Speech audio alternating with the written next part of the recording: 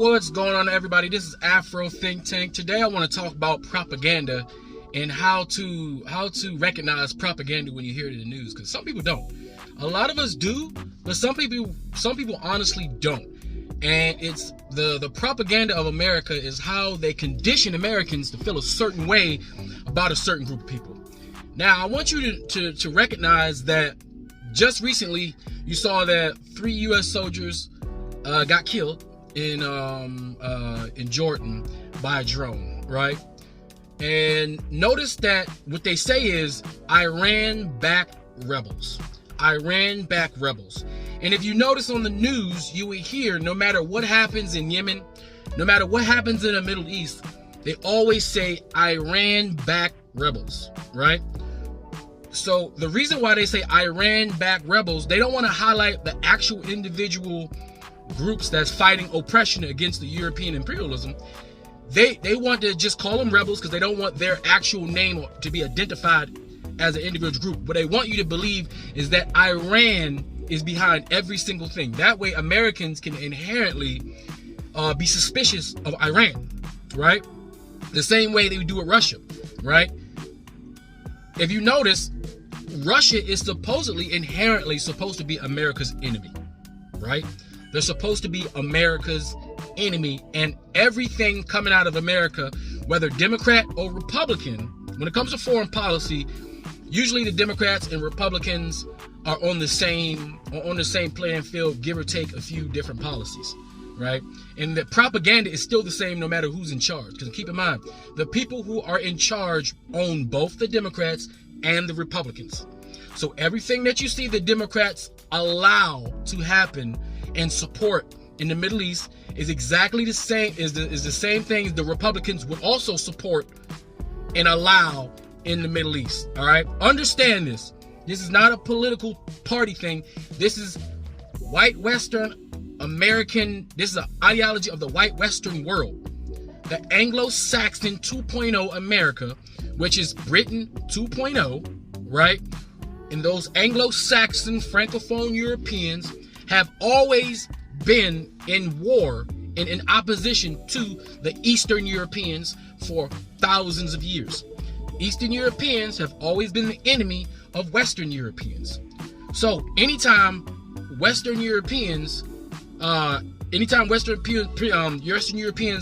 an opportunity, they're going to vilify Eastern Europeans as much as they possibly can. Iran, they are Persian, not Arab. All right, but a lot of people don't even know that. They don't like to be called Arab, but the America propaganda will have you believe that they are Arab because they've already made Arab synonymous with Muslim, synonymous with extremism, synonymous with terrorism, right? And that way, when you hear Iran, you hear terrorism.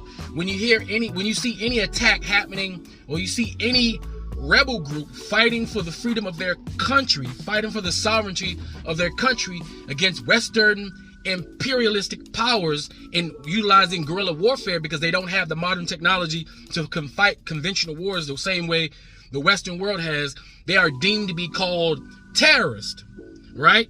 Or rebels backed by Iran.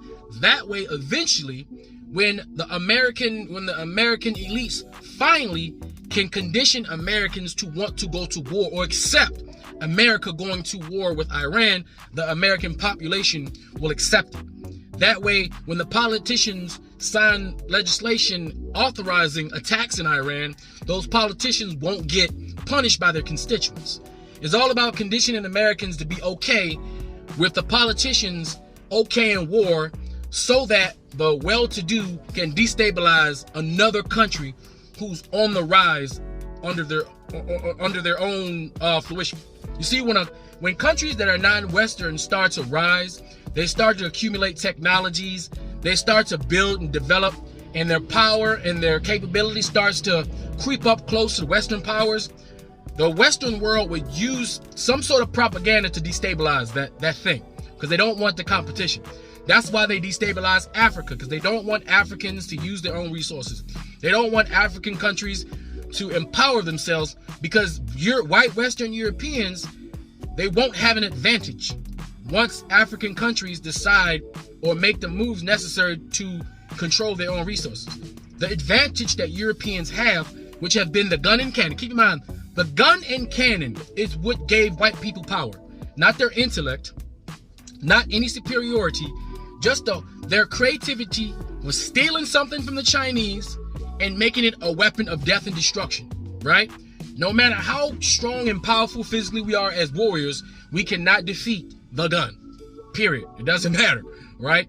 Until drones came along, and now all of a sudden, everybody has an equal opportunity to battle any nation because drones are cheap to make and they're very, very effective, right?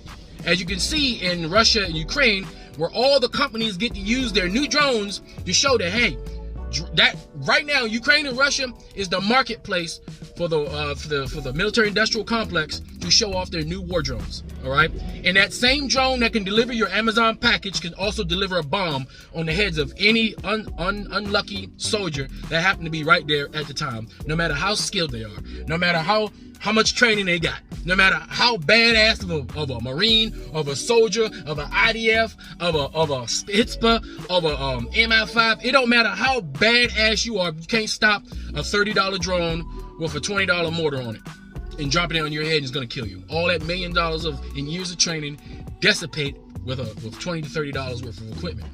Now that countries are able to have this type of technology and produce it and mass produce these things, the playing field of war is starting to become equal. Europeans are definitely afraid of that. So they need the American population to be afraid of Iran, to see Iran as the enemy. But here's the problem with America, right? This works in Europe when the most of Europe is white. Well, when it used to be white, right? But what's happening in the West now is that because of the destruction campaign Europeans went on, right? The side effect of that is the places that they stole all resources, the places that they went and stole the people, destroyed culture, destroyed all these places that they went in world conquering. The thing that they're proud of, they say they're not proud of, they're very much proud of their accomplishments over the last 500 years of mass genocide on the planet, being very inhumane and subhuman actions of death and destruction, anti-life. Because of that, the side effect is these very same people they subjugate, right, are now in their countries growing in population and taking over institutions that Europeans are too lazy, right, as a culture to do. They don't want to do certain jobs anymore, so they employ the same people that they subjugate to do those jobs. And what happens over time, those people have families. People grow. They bring their families over. Those children start to go to schools and get educated. And then they start taking high-end jobs, high-end critical jobs, important jobs, right? Slowly but surely, the frog of European imperialism is boiling in the pot, right? And before they know it, they're cooked, right? They're at the point where they see that. So right now, from a European perspective, they see Africa rising, which they can't stop. They see the Middle East, they're some places over there, they're rising, they can't stop. They see Eastern European rising and fighting back, they can't stop. So the Western Empire is crumbling as we sit here, live and breathe today. We are witnessing the crumbling in the downfall of Western society. Because in America, there's so many different ethnic and racial groups. We don't have the same level of ethno-loyalty to the white Western ideologies as white Americans, right? Like black people, we don't really even know why we should not like Russia. Because if anybody knows anything about history, Russia has always been on Africa's side against imperialism. Russia has helped Africa fight against imperialism. Russia and the East Europeans have fought and supported black people against the Western European, who are their arch enemy. Understand, it's not about friendship. It's about alliances. Some alliances are uncomfortable.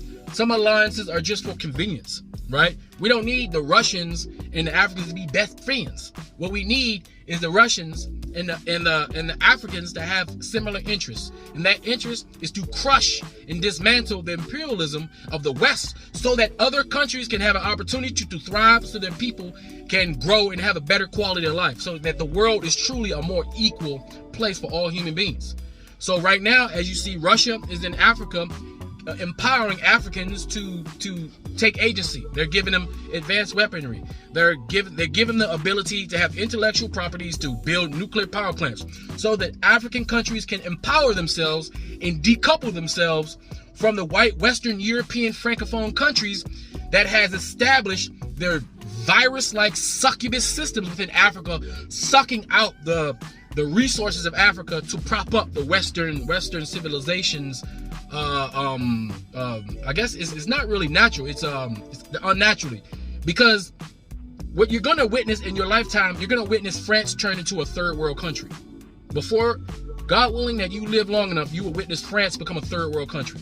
You will witness Europe, England become a third world countries, because their whole countries, everything about them is built off the backs of stealing other people's stuff.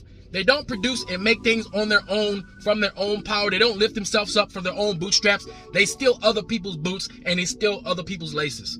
And they let somebody else strap the boots for them. They don't do it on their own. So now they're going to be forced to deal with the resources they have in their own countries to try to empower their people.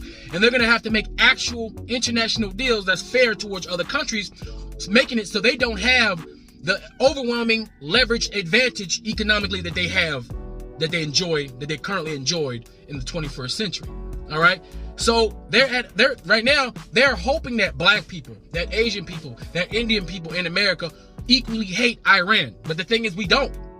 They're hoping, and they're hoping that African people, Asian people, and Indian people, and various other racial ethnic groups support Israel in their genocide against the Arabs. They was hoping that we would be on their side, because as we all know, Europeans can justify their fantasies, and they will kill to keep their fantasies alive. They will kill to keep those criminal illegal aliens that call themselves Israelis, that's really they're really Russians, they're really Ukrainians, they're really Polish, they're really Europeans who were imported by the UK and America not even 100 years ago into the place that's called that should be called Palestine. And those people invaded and disenfranchised the local people, and they want us to just forget all of that and just support them as they try to wipe out the Palestinians so they can take control of a strategic location in the Middle East that gives us access to the Suez Canal, so that all the companies that are owned by the white Western world can travel and have their goods and services pass through without having to go all the way around Africa, causing them more money, destroying the leverage that they have economically on a global stage. That's what it's about. Israel is a strategic location, all right? It's not a biblical location. That's all made up. Keep in mind, before they picked that desert in the middle of nowhere, they were going to pick some place in Africa. But they knew that shit wasn't going to work, because no way they would have got away with their shit, got away to this day with the shit that they did there in the middle of Africa. No way them white, Polish, Ukrainian, Russian, English, French, whatever part of Europe they come from, that decide they wanted to be called themselves Jewish and try to tell the world that Jewish religion is somehow a racial group, and convince everybody, if you keep saying a lie, everybody gonna believe it, to convince us that these people are natural to of Africa. There's no way they were gonna be able to do that. Therefore, they had to pick a place where the people were so racially ambiguous at some point that they can somehow, slightly within their own minds, kind of get away with it, and they're not getting away with it. They're not anymore. They used to, but they're not getting away with it anymore. So understand the propaganda. When you hear CNN, MSNBC, Fox, understand they battle each other domestically, right? It's all a show of theater. But when it comes to the international stage, they're all on the same accord. They're going to say everybody that's brown in the Middle East, they're always going to say Iranian back this, Iran is minding their own business, right? Doing what they got to do in their geopolitical location around the world, propping up their allies in the Middle East. The same way we do as Americans, we have allies. We have allies all over the world, or strategic allies, and we do the same thing. Every nation has the right to conduct foreign policy. Every nation has the right to do business with other countries via military or economics. America seems to think that only America and England and certain privileged European countries that speak English or German or French have the wholehearted right to do anything they want in the world, unabated and unchallenged and unchecked by anybody. That's why I'm so happy that South Africa has led the charge and pursuing a lawsuit against Israel for genocide, because that's what it is. And there's no way that Israel can say they're not committing genocide when we literally can see it with our own eyes. And now that Africa is standing up, other countries are also standing up against Israel, because Israel and the people of Israel, the people who like to call themselves Jews, which are basically white people who don't like to be called white from Europe, they're being held accountable for the first time, because it's showing that these white people, right, are the power that they used to have. These Europeans, not all you, these specific group of Europeans no longer have the power that they enjoyed back in the 20th century. Times is changing. All right, times are changing, but we must think about the propaganda that's placed in the news that we consume. Right? Think about how they portray Africa and the things they say about us. Right? Think about the way they portray us domestically in America. You take everything they say domestically about African Americans in America. You take all those things and expand it, and that's exactly what they're saying about Africa. Okay? The same policy towards Americans they have towards Africa. Belittle, overgeneralize, and keep us unmindful and unknowledgeable about the greatness of our communities and about the positiveness about our communities. And they're meant to highlight all the things about our communities that, by the way, they have in their communities that scare the people within their community. So we always will be a perpetual enemy, somebody to think who's dangerous and who's dangerous and all this stuff. Iran was integral, right, in protecting, in some cases, some black African leaders who had to leave America because the white Western world was trying to kill them because they had the nerve to fight for their own people. Iran has been on our side as well. So black people, African Americans, we have no reason to hate Iran. Like European Americans who automatically, because they're European, they hate the Arabs. They've been battling them. Them Western Europeans have been battling them Arabs from the get-go. And they've been battling those Eastern Europeans from the get-go. And they're trying to make it so Americans take on their ideologies, and we also are supposed to hate these people. But we don't hate them people. And they can't convince Americans, they can't convince the rest of the world, they can't convince the black and the Arab and the Asian Europeans to also hate these people, which they don't. And that is something that they're going to have to deal with, because no longer can they galvanize the people to just mindlessly support the mass atrocities that white Western civilization likes to place upon the world for the financial benefit of their own people. Right? So just keep all that in mind. Pay attention to the propaganda that you hear from the white Western controlled media when it comes to these foreign countries that dare to try to elevate themselves militarily, power-wise, as far as nuclear and various other things, and economically. Anyway, that's all I got to say. This is Afro Think Tank. Learn something, teach them. I'm out.